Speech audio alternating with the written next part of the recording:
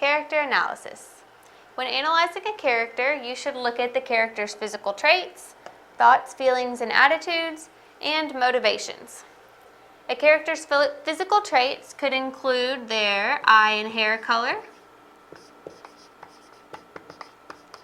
their height or weight, or their clothing. These are just a few examples. You could think of a lot more things to physically describe that character, but their physical traits are important when you're analyzing the character. Something else to look at are the character's thoughts, feelings, and attitudes. And this is the character's ideas about a certain topic or ideas about a certain character. So whenever you're reading, if you know that a character really doesn't like another character, then you may start to feel the same way, or you might have to ask yourself why that character feels that way in the first place. Or if a character really hates school, for instance, if it's a child it's a story that's written from a child's point of view, so you're hearing that a child's ideas about school are that school is real bad, they don't like going, then you may have to investigate why they feel that way about it. But the character's thoughts, feelings, and attitudes are going to be important to you understanding that character as a whole. The last thing you want to look at are characters' motivations. And their motivations are their reasons for behaving a certain way. So that's kind of what we talked about up here. Once you know the character's ideas or feelings about a certain topic or character, you want to find out the reasons for that, or the reasons for why they are behaving in a certain way. And an example we're going to look at is a mystery novel. Your main character in a mystery novel may be a detective. That detective may pretend to be a doctor to find out certain information from a suspect because he wants to know if that suspect is guilty or not. So knowing the motivation for that main character to be deceitful, to lie about his profession, you know that he's doing that to find out the truth from this suspect. He's not doing it just because he's trying to be deceitful or he's a bad person. He's doing it because his job is a detective, and as a detective, he sometimes has to be a little sneaky to find out the answers he wants to know. So whenever you are analyzing a character, make sure you focus on checking out their character traits, their physical character traits, their thoughts, feelings, and attitudes toward certain topics and certain characters, and their motivations or reasons for doing certain things. Conflict. Conflict is a central element of plot in any piece of literature, and it is going to be the struggle or problem around which the plot centers. So whenever you're thinking about conflict, think about problem. What is the problem in the story? What is it that they're trying to figure out a solution to? What is it that everyone's worried about? That's going to be your main problem or your conflict. Now, when you're deciding what the conflict is, there are generally two basic types. You have external conflict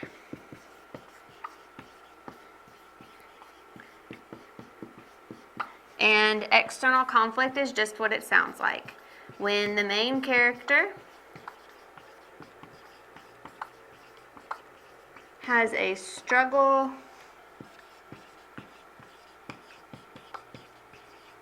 with another force, it's external.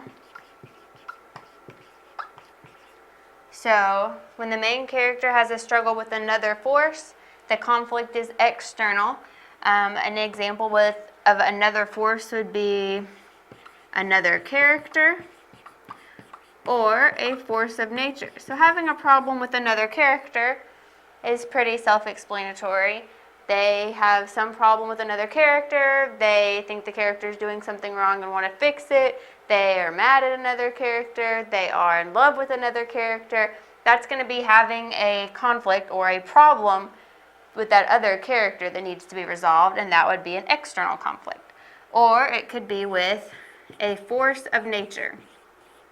Forces of nature are external. They are outside of the main character.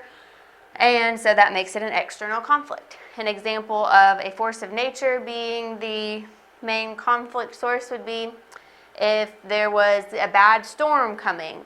That storm is a force of nature and it could be the conflict. Or if a man is trapped on an island, that would be a conflict because they're trapped there. All of nature is keeping them there. They can't get away. And the struggle to survive could be another conflict with nature. The other basic type of conflict would be an internal conflict. So we had external where the problem was outside. So internal conflict is when a character has a problem, when the main character has a problem that they're struggling with internally. So when the main character has a struggle within him or herself. So it isn't anything outside, it isn't anything other people are affecting. So they could influence it with their actions, but the problem is really going to reside within that person. An example of that would be deciding between right and wrong. Other people can tell you, this is right, this is wrong. One person may say, it's all right to steal a loaf of bread if you're hungry and you have no money. Someone else may tell you, it's wrong to do that because it's still stealing. So it's an internal conflict within that character when they have to decide for themselves if something is right or wrong. So whenever you're looking at conflict, whenever you're trying to find what that conflict is in a story, look at what the main problem is. And to delve deeper and better understand the conflict, ask yourself if it's an external conflict or an internal conflict. Remembering that external is going to be when a character is struggling with another force, something outside of him or herself, another character or a force of nature. And an internal character is going to be when the main character has a problem within him or herself where they have to decide something only based on what's inside, not any external force. Good example, deciding between right and wrong. The most important thing to remember is what conflict is. So just keep saying to yourself, a conflict is a problem. A conflict is a problem. And that should help you be able to figure out what the conflict is in any story.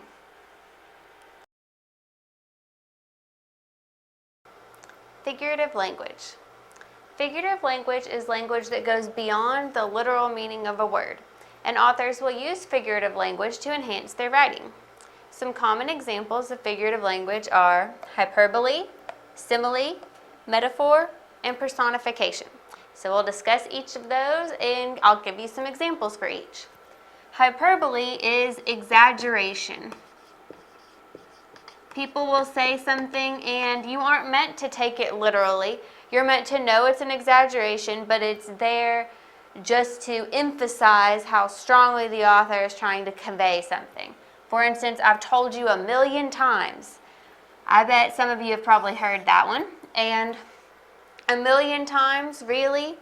Probably you haven't heard whatever your parent or teacher has said they've told you 1,000,000 times. It's an exaggeration. It's hyperbole. It's meant to emphasize that they've already told you this a lot more times before now.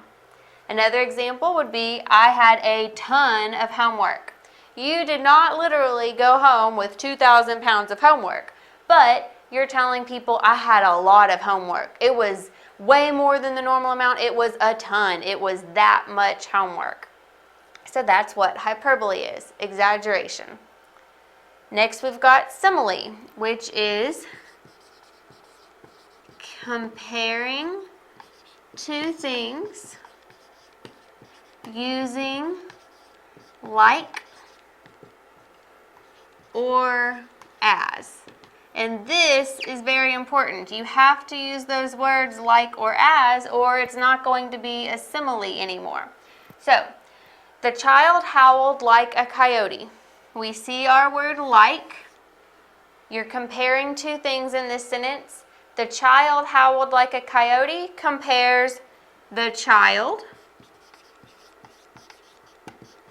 to a coyote, using the word like. This example is letting you know that the child is loud.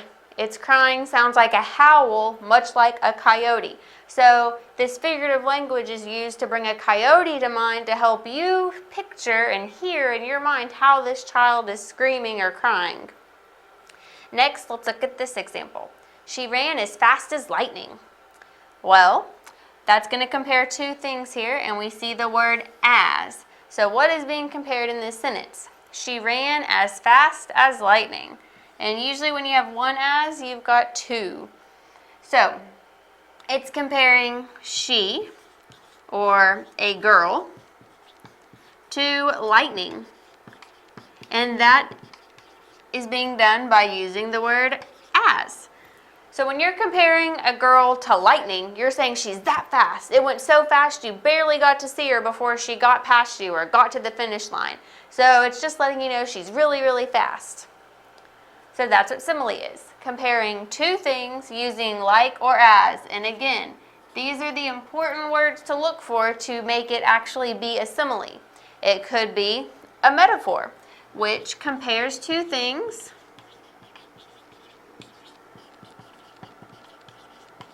without using like or as.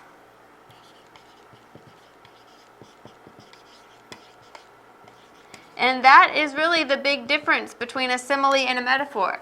A simile uses like or as. A metaphor does not use like or as. So let's look at some metaphor examples. She was lightning running down the track.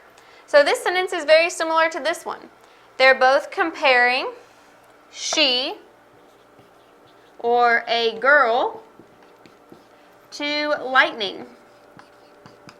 They're both saying this girl is really fast, but this one just says she was lightning. She was lightning running down the track. It doesn't say she ran as fast as lightning. It doesn't use like or as. It just says she was lightning. So it's a different way to use the same kind of figurative language. So that's one example of a metaphor. Let's look at this. And this is an excerpt from Edgar Allan Poe's poem, The Raven. And his eyes have all the seeming of a demon's that is dreaming. Now this one's a little trickier because it doesn't just come out and say, this was this, or this is this. Like here it said she was lightning. But it says that his eyes have all the seeming of a demon's that is dreaming. So we're comparing his eyes to a demon's eyes, which is basically comparing him, or a man, to a demon. If his eyes are like a demon's eyes, then this man is being compared to a demon, which is to maybe say that the man is evil. It doesn't mean he's literally a demon. It means he's got some characteristic of a demon. He's maybe an evil person. So in poetry, your figurative language may not always pop out at you if it's a metaphor. A simile is pretty easy to spot because you'll see like or as. But a metaphor might be a little trickier. So just look for what two things are being compared in that sentence or that phrase of a poem. And the last piece of figurative language we're going to discuss is personification, which is when an inanimate object is given human qualities. You are personifying it. You are making it do something a person would do, even though it's not something that can do these things. And remember, inanimate objects are going to be things that are not alive. A chair, a teapot, the wind, water. Those are inanimate objects. So the example here, the water slapped the side of the boat. The water slapped. Can water actually slap like a person would slap? No, but it makes you think of the action of slapping and the sound you might hear with the slap whenever you picture this water slapping the side of the boat. And that's why they're using this particular word and personifying the water. Depending on what the story is about where this sentence appears, it could be that the water is being made as like an evil character. If someone drowns in this story, then the water would be seen as an enemy. And so it slapping the side of the boat would give it that negative feeling. Another example, the teapot shrieked. Shrieking, screaming, that loud sound, you can hear it in your head when you think about the noise a teapot makes. But a teapot isn't actually shrieking like a person would. It's simply making that noise because the air is hot enough that it's trying to get out now. Or the wind howled. Wind can't howl like a wolf would howl, but wind makes that same kind of sound sometimes, and so the author is trying to put that sound of howling in your mind when they're describing the wind. So figurative language can be a lot of different things. Hyperbole, where you're exaggerating. Simile, where you're comparing two things using like or as. Very important markers for a simile. Metaphor, where you're comparing two things without using like or as. And personification, when an object is given human qualities, whenever it's personified. And all of these techniques are used so that the words will go beyond the literal meaning of them and give you a deeper understanding of the poem or the work that you're reading. The author is trying to go beyond the words and make you really think about their meaning and put certain connotations in your head whenever you're reading.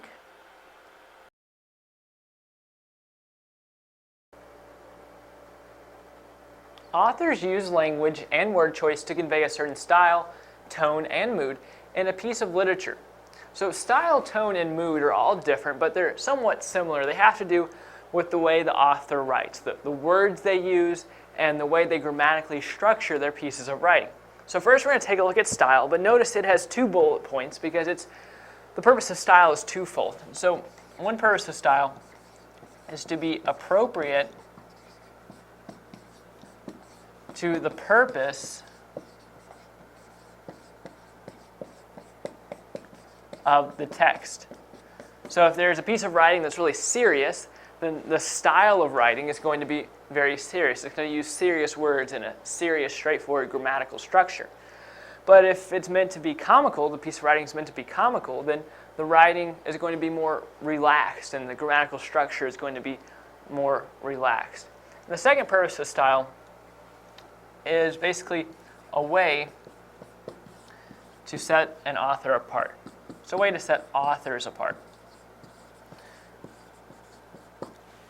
Every author is going to have their own particular style. It's going to be certain tendencies they have in their writing. Maybe they use a certain word a lot, or they structure a lot of their sentences the same way, or they develop the plot the same way in most of their stories. Well, that sets each author apart, and many times authors want their writing to set them apart from other writers. And sometimes this style is so strong that you could read a piece of writing and not know who wrote it, but guess who wrote it because of the style. Now, the second thing we're going to talk about is tone, which is the author's attitude toward the subject. And so basically, this is the author's attitude towards whatever the author is writing about. And so many times you can tell through the writing whether the author is for or against something. So sometimes an author might write something that's like a persuasive essay. And in that case, it's going to be very obvious what their attitude towards the subject at hand is because they're trying to persuade you one way or the other. But sometimes an author just writes an informative text. But you can still often tell what their tone is because whether they're trying to or not, many times they'll word things certain ways that can tell you how they feel about something. And so that's the tone. Now the mood is like the tone, but it's for the reader. And so basically it's the feeling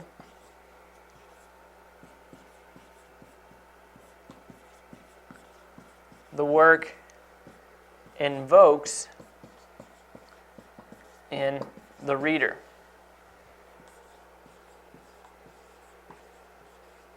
So here we talked about the author's attitude towards the subject. We could define mood as the reader's attitude towards the subject. It's how the piece of writing makes the reader feel after reading it. So you can see how style, tone, and mood are similar in that they all pertain to the word choice and the particular language that is used.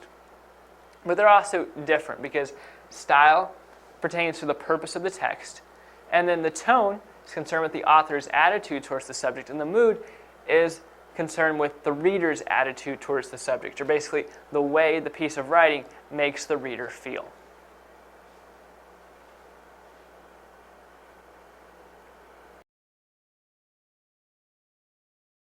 Textual evidence for predictions. A prediction is an educated guess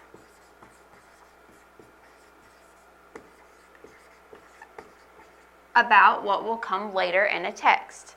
Now, your predictions can be about an event or about how a character will behave. But any prediction you make must be based on information in the text or based on knowledge about literature in general. For instance, if you've seen how a character has acted in a story so far, you can make a prediction about his future actions. And with your knowledge about literature, you know the basic layout of a mystery novel, so you might be able to predict who did something in a story or how the story is going to end up based on your general knowledge of literature.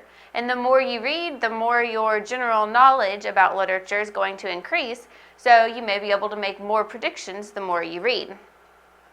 Now, one specific way that you might find textual support for prediction is with foreshadowing. And foreshadowing is when the author hints at something that will occur later in the plot. So sometimes it's subtle. Sometimes the author doesn't say exactly what will happen.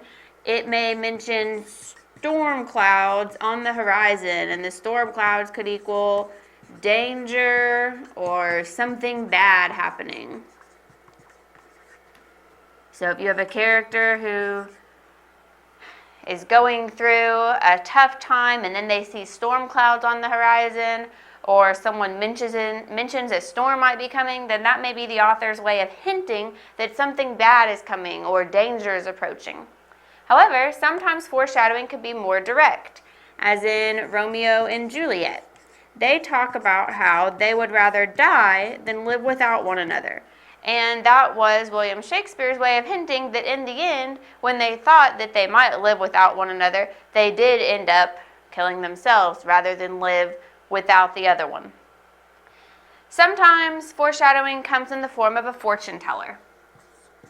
There are a lot of stories that include a fortune teller or someone that happens to tell someone's fortune or tell their future even without being labeled a fortune teller. And they'll say exactly what's going to happen, and then later on, that's how the plot unfolds.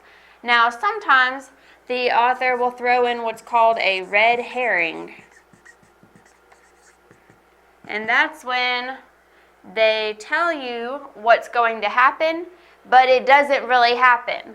So when a hint or prediction by the author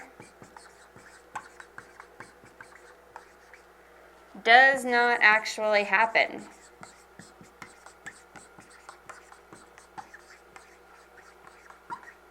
so you have to pay attention, because sometimes the author may give you a direct foreshadowing example. They may go and say exactly what's going to happen, and that'll be true. But sometimes they'll give a really big hint, or they'll even lay out the prediction with a fortune teller, or by the characters just discussing how they feel like things are going to end up. But it's a red herring, because that's not really how the author ends the story. So don't always think that if the author tells you something is going to happen, it's going to happen. But foreshadowing can often be a good textual support for any predictions you're going to make. So whenever you are making predictions while you're reading a story, make sure that your predictions are based on evidence either from the story itself, information in that text, or information that you've gained from reading other books and getting a general knowledge about literature. Theme. Theme is the overall idea of a piece of literature. So think about the lesson or moral of the story that the author is trying to get across to you. One thing to remember is do not confuse theme with plot. Plot is what the characters do. It's the action of the story. It does not have to do with the overall lesson or message that the author is getting across. Now, obviously, what the characters do is going to help you understand the theme, but plot and theme are not the same thing. Plot is going to be more about human nature, society, and life in general. There can also be more than one theme. The author may have one overall message, but there may be a few messages in there, or you may be able to find more than one theme besides the main controlling theme of the story. Some questions to ask yourself are, what is the lesson or message? And some common themes are, man struggles against society, man struggles against nature, overcoming adversity, the importance of family and friendship, man struggles with faith, sacrifices bring rewards, and honesty is the best policy. So for all of these, I want us to look at the story of the tortoise and the hare from Aesop's Fables. And this shows you that there can definitely be more than one theme for one story. Now, all of these may not be what Aesop had in mind when he was coming up with this fable, but I was able to see all of these themes in the story. The last one, I couldn't come up with something for, but I've got a good one for that as well. So, man struggles against society. You've got this tortoise who feels like he's going to keep going and he's going to try to win the race, but all of society is against him and saying, oh, that hare has got you beat. He's way faster than you. I don't know why you think you're fast enough to beat him. So I'm sure that tortoise was struggling against society's views of him. Another one would be man struggle against nature. The tortoise is struggling against the nature of his self, how he's made. He's obviously not going to be as fast as the hare. He's going to have to go up hills. He's going to be fighting against the very nature of his self, where the hare is made to go much faster. Overcoming adversity. Just simply winning the race, the tortoise ended up winning even though no one expected him to do it. Even though people were probably telling him, oh, you can't do that. The hare's always going to beat you. The importance of family and friendship. Now, I've talked a lot about society, telling the tortoise he couldn't do this, but I'd like to think that the tortoise had some family and friends on his side that were urging him on, that helped him feel like he could actually go through and win this race. Man struggles with faith. The tortoise had to have faith in himself. The hare was very, very cocky. He felt like he had this race won, so much so that he went and took a nap, where the tortoise didn't do that. He had faith in himself and knew that he could do this if he just kept going, if he gave it his all. And then sacrifices bring rewards. The tortoise sacrificed that nap that the hare took, and in the end he won the race because he just kept going. Now, the moral of the story they give you is slow and steady wins the race, but I can see all of these themes in that story. Now, honesty is the best policy. I couldn't really come up with one for, but you can always look at Pinocchio. Pinocchio, every time he told a lie, his nose grew. It was not a good thing. Every time he lied, something bad happened to him. I won't ruin the whole story for you, but everyone knows about the growing nose, which is a sad punishment for someone who is not using honesty. So it's showing you honesty is the best policy. So whenever you're reading a story, you can look at what the characters are doing to figure out what the plot is, but remember the theme is different. The theme is going to be the controlling idea in that piece of literature. And you want to ask yourself, what is the lesson or moral the author is trying to get across to me?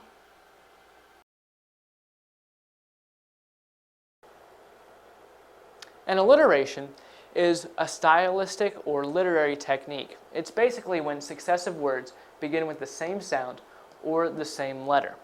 So consider this sentence. She walked through the thick, thorny grass. Notice that through, the, thick, and thorny all start with TH.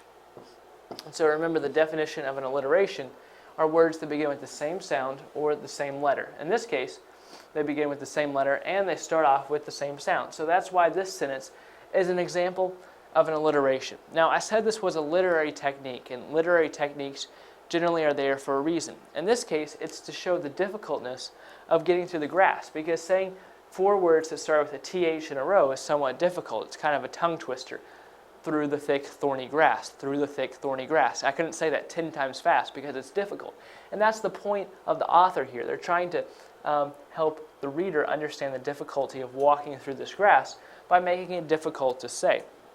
And so this technique is used in the opposite way around in poetry. Many times letters or sounds that sound good 3 or 4 times in a row are used to give the poetry a musical sound so that it sounds very pleasant to the ear. Take a look at another example. Right here it says glassy globes of glitter. Here the author is trying to describe someone's beautiful eyes. So they use the phrase glassy globes of glitter. So this is an alliteration because these 3 words all start with GL.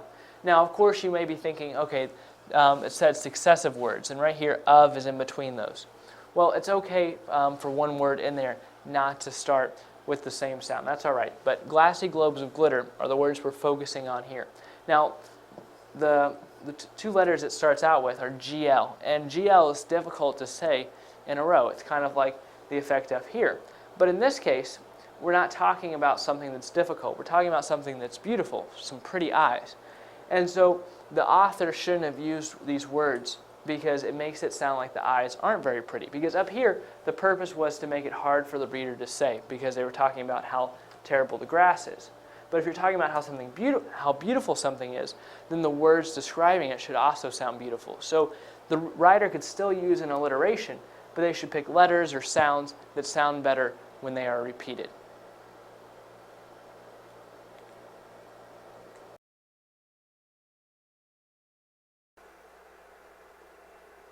A drama is a play written to be spoken aloud. So many times you might find yourself actually reading a play instead of actually watching a performance of it. So when you're reading a play instead of watching it, it's essential that you use your imagination.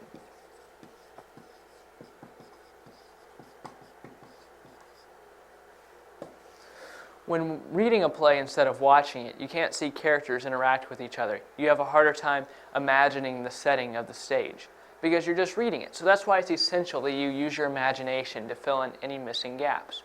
So while there are downsides to reading a play instead of watching it, there are some positives. For one, you have freedom of point of view.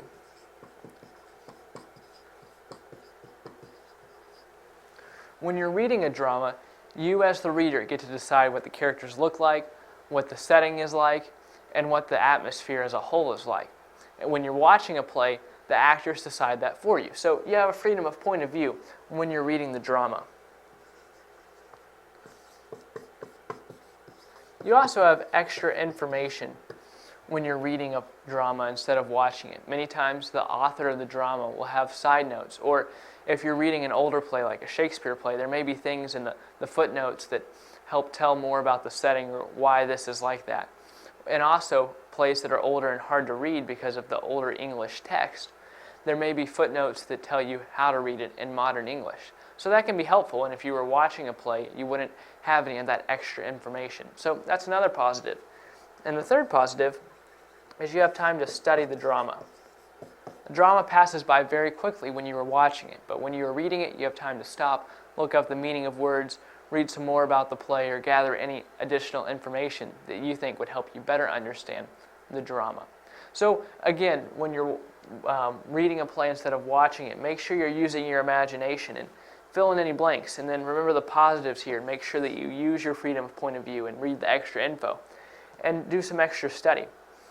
There is one point I should make though. The most important part of a drama is speech or dialogue. In many other works of literature, that's not necessarily the case. But here, the main part of drama is going to be the characters' interactions with each other, which generally comes through speech. So if you're analyzing a drama, speech and dialogue is what you're looking for.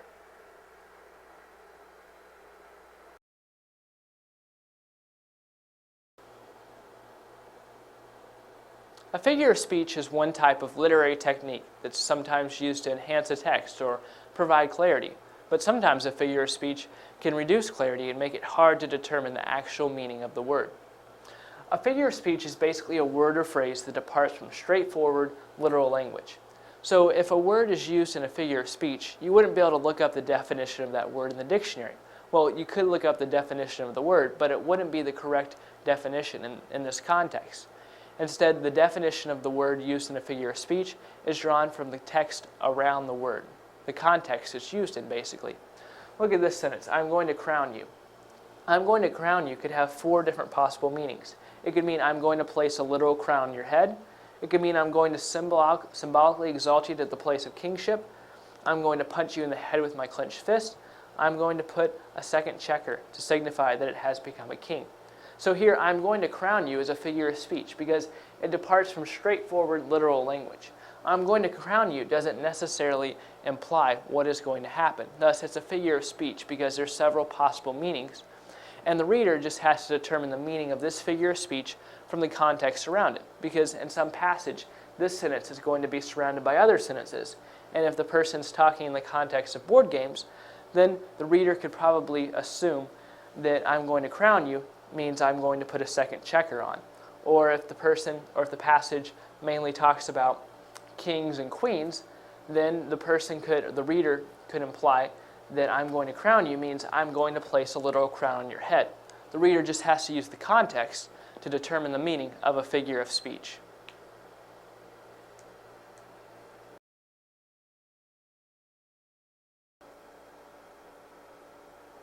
Two forms of poetry are the epic poem and lyric poetry. So starting with an epic poem, that's a lengthy narrative poem that usually tells a story about a serious or heroic deed. And so these types of poems are popular with specific cultures or groups of people. And so in an epic, the hero tends to go on a journey or a quest. And so the hero meets many adversaries and enemies along the way. And so through each encounter, the hero may learn something new. And so the important point of that is that the hero goes on a journey or quest. And so it's through that journey or quest that the hero is overcoming obstacles and learning new things. Now, when the hero returns home, he has obviously changed significantly since he first embarked on that journey. And so most often, the hero's trials are related to morals that are important to the specific culture. So I'm going to write the trials are related to morals.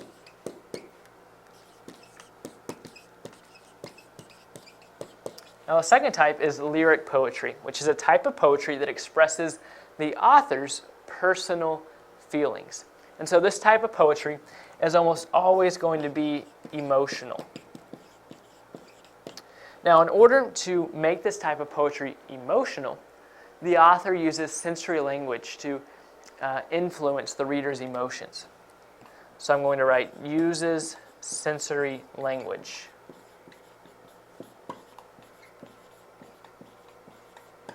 So through that language, the author is able to influence the reader's emotions.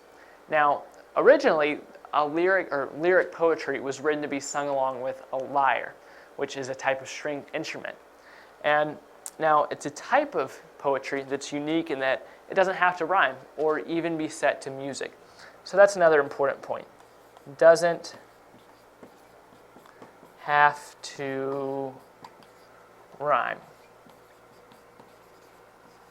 So that's a little look into epic poem and lyric poetry.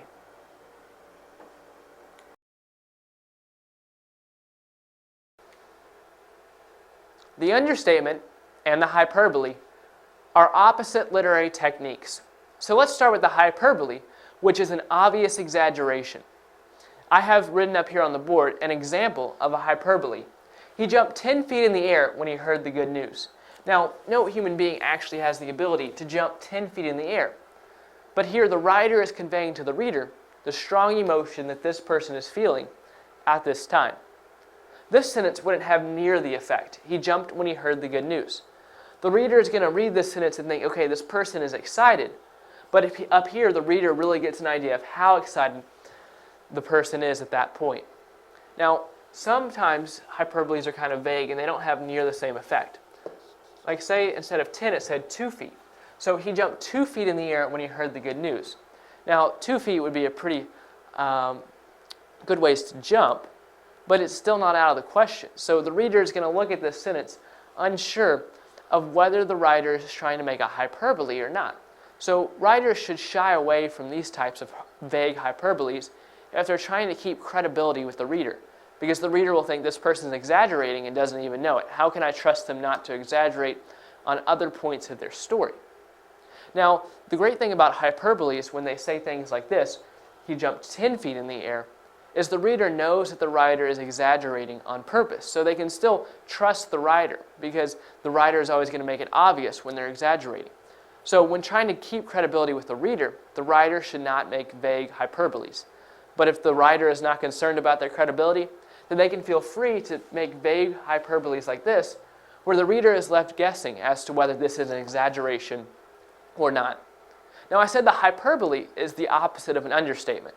So an understatement is exactly what it sounds like. It's describing something as less than it actually is. If someone hiked Mount Everest and then described it as a little stroll, this would be an example of an understatement. Many times, an understatement is meant to convey modesty, like in the above example. The hiker is not trying to make what they did seem like a big deal. Now, sometimes this has the opposite effect, and the reader feels like the writer is conveying false modesty. Like if someone pointed out a woman's huge engagement ring, and she said, "Oh, this little thing." This would come off as snobby or insensitive because the person is obviously trying to draw attention to themselves by saying that it's, "Oh, very small," and then people will respond, "No, it's very large," and this makes the person feel good. So understatements can have various effects, but an understatement is always going to call attention to itself. People aren't going to get by with an understatement. The reader is always going to notice that and try to figure out what kind of emotions the writer is trying to evoke from that understatement.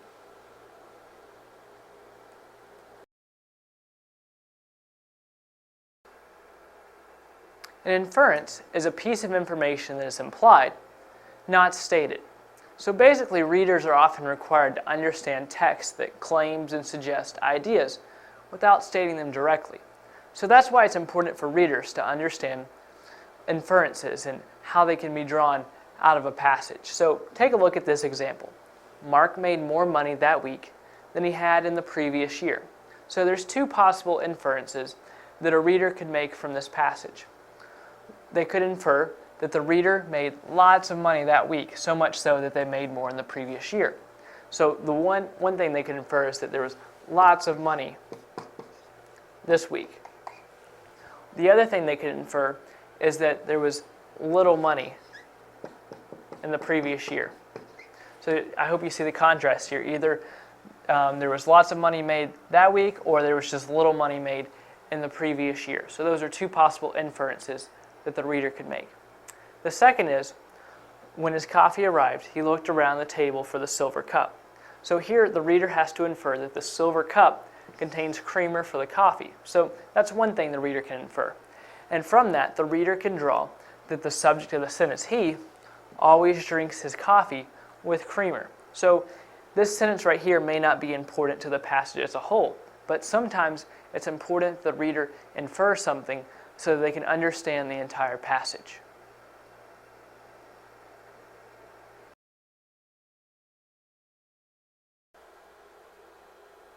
Irony is a statement that suggests its opposite.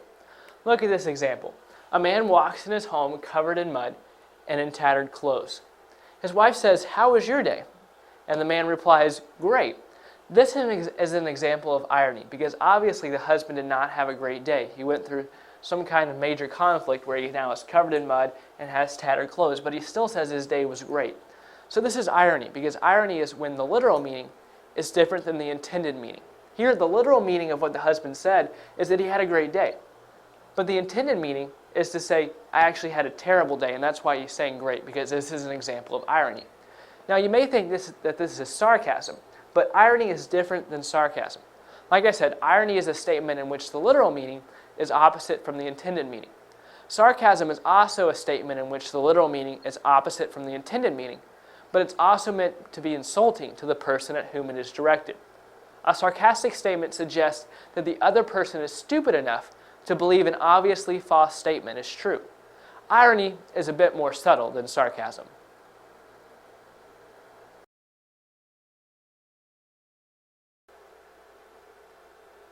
A metaphor is a type of figurative language in which the author equates one thing with that of something else. This sentence says, "The bird was an arrow arcing through the sky." Now here, the bird wasn't actually an arrow, but instead the author is saying the bird is like an arrow arcing through the sky. This is a way for the author to get to think about the bird in a different way and to equate it with an arrow and an arrow making an arc through the sky. This is a way for the author to describe the bird in more detail without being direct and obvious, because the author could say, the bird swiftly flew through the air and bent through the air, making a big arc. But that's not very interesting. That doesn't evoke emotion on the part of the reader. So instead, in this case, the author chose to use a metaphor, saying the bird was like an arrow arcing through the sky, and because of that, the reader can conclude that the bird must have flown swiftly and then bent through the sky, maybe going up and then coming back down. Now, sometimes authors use metaphors, but they don't directly tell you what they're talking about. Here, we knew that the author was talking about a bird, but look at this sentence. Swaying skeletons reached for the sky and groaned as the wind blew through them. Here, we don't know exactly what the author is talking about, but we can infer that the author is talking about trees, because it would make sense that trees would sway back and forth, and that maybe at this point it's in the winter and the trees don't have any limbs, so it's just like the skeleton of a tree and it's swaying back and forth. So that would make sense here, and so sometimes it's a little bit difficult to figure out exactly what the author is talking about. In this case, it wasn't, but nevertheless, this is another example of a metaphor where the author is comparing the trees to skeletons, and that allows the reader to look at the trees in a different perspective. Now we're thinking about trees as big skeletons swaying back and forth and groaning. And so that's a way for the author to give us a different perspective about these trees without being real direct and obvious. So just to review, a metaphor is a type of figurative language in which the author equates one thing to that of something else.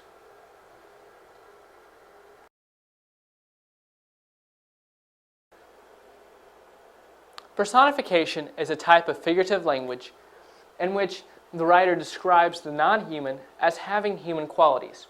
So look at this elementary example of personification. The car smiled at me. Here, the car is described as smiling, but smiling is a human quality. So the fact that the car smiled is personification, because the car here didn't actually smile because it's not a human. But for whatever reason, it appeared to the writer that the car smiled at them. Maybe the front of the car is configured in such a way that it looks like a face and it looks like it's smiling. Or maybe it was more of just the writer's imagination. But whatever the case is an example of personification, because the writer is giving a human quality, smiling, to a non-human. Now sometimes personification can include giving human qualities to animals, like in George Orwell's book Animal Farm, where animals reenact an entire war. So that can be the case as well. But generally I think of personification as pertaining to inanimate objects, but it can be animals as well. The tree groaned in the wind is another example of personification. Here the tree is a non-human, yet the author is giving it this human quality of groaning.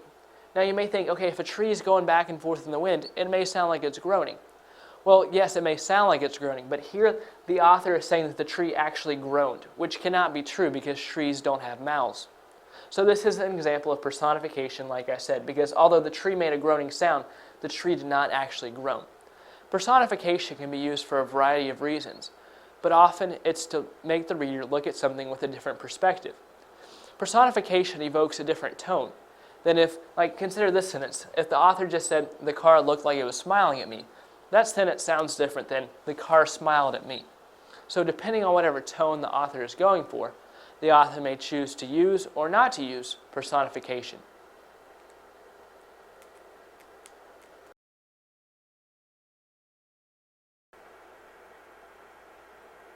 A prediction is a guess about what will happen next. So when a reader actively engages in whatever they are reading, they naturally make predictions about what will happen next. And they base these predictions off of what they have read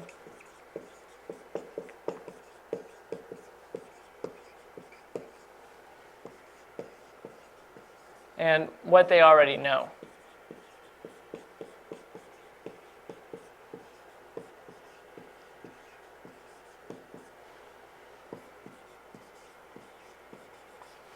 So by taking what they have read and what they already know, a reader can formulate what they think will happen next in the story. So consider this sentence. Staring at the computer screen in shock, Kim blindly reached over for the brimming glass of water on the shelf to her side. So the reader is naturally going to read this and have an idea of what is going to happen next. And the reader will probably notice the word blindly. So Kim is so caught up in what's happening on the computer, she goes for a drink of water, but since she's caught up on what's going on the computer, she reaches over without really looking at the glass of water to grab it. So the reader is going to assume that she's going to knock over the glass of water.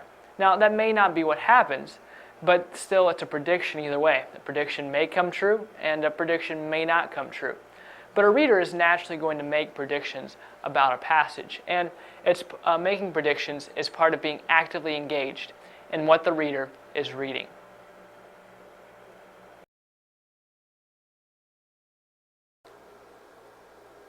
A simile is a figurative expression in which the author compares one thing to that of another using the word like or as. So here are some examples. The sun was like an orange, eager as a beaver, nimble as a mountain goat. Here the author is using the word like, and in these two phrases the author is using the word as. Either case is fine, the author just needs to use the word like or as. And so in this sentence the author is comparing the sun to the orange, saying the sun was like an orange. And this gives the reader a different perspective on what they are reading. It now allows the reader to think about the sun in terms of an orange. No longer is the reader thinking about the sun in the sky. The reader is now imagining an orange in the sky. And here, if the author was describing someone as being nimble, no longer are they just thinking of someone being nimble. They're thinking of that person as a mountain goat now. And so that's the point of a simile. Now, if you're familiar with metaphors, similes differ from metaphors. Look at this sentence right here. This is a simile. The house was like a shoebox. Now, in a metaphor, like would be removed, and the sentence would just say the house was a shoebox. See, in a metaphor, the author never acknowledges that the house and the shoebox are not the same thing. However, in a simile, like stays there, and so the author is acknowledging that house and shoebox are not the same thing. They're just like one another. So the difference between a metaphor and a simile is just kind of the emotion that the author is trying to evoke, because metaphors and similes evoke different tones. So the purpose of metaphors and similes is pretty much the same thing, to get the reader to think of one thing in terms of another thing. But writers will choose to use a simile or a metaphor just depending on the tone.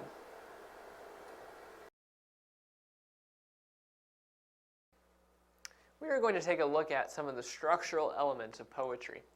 So this poem up here says, the sun shone very bright, giving off lots of light. The moon came out at night. It was an awesome sight.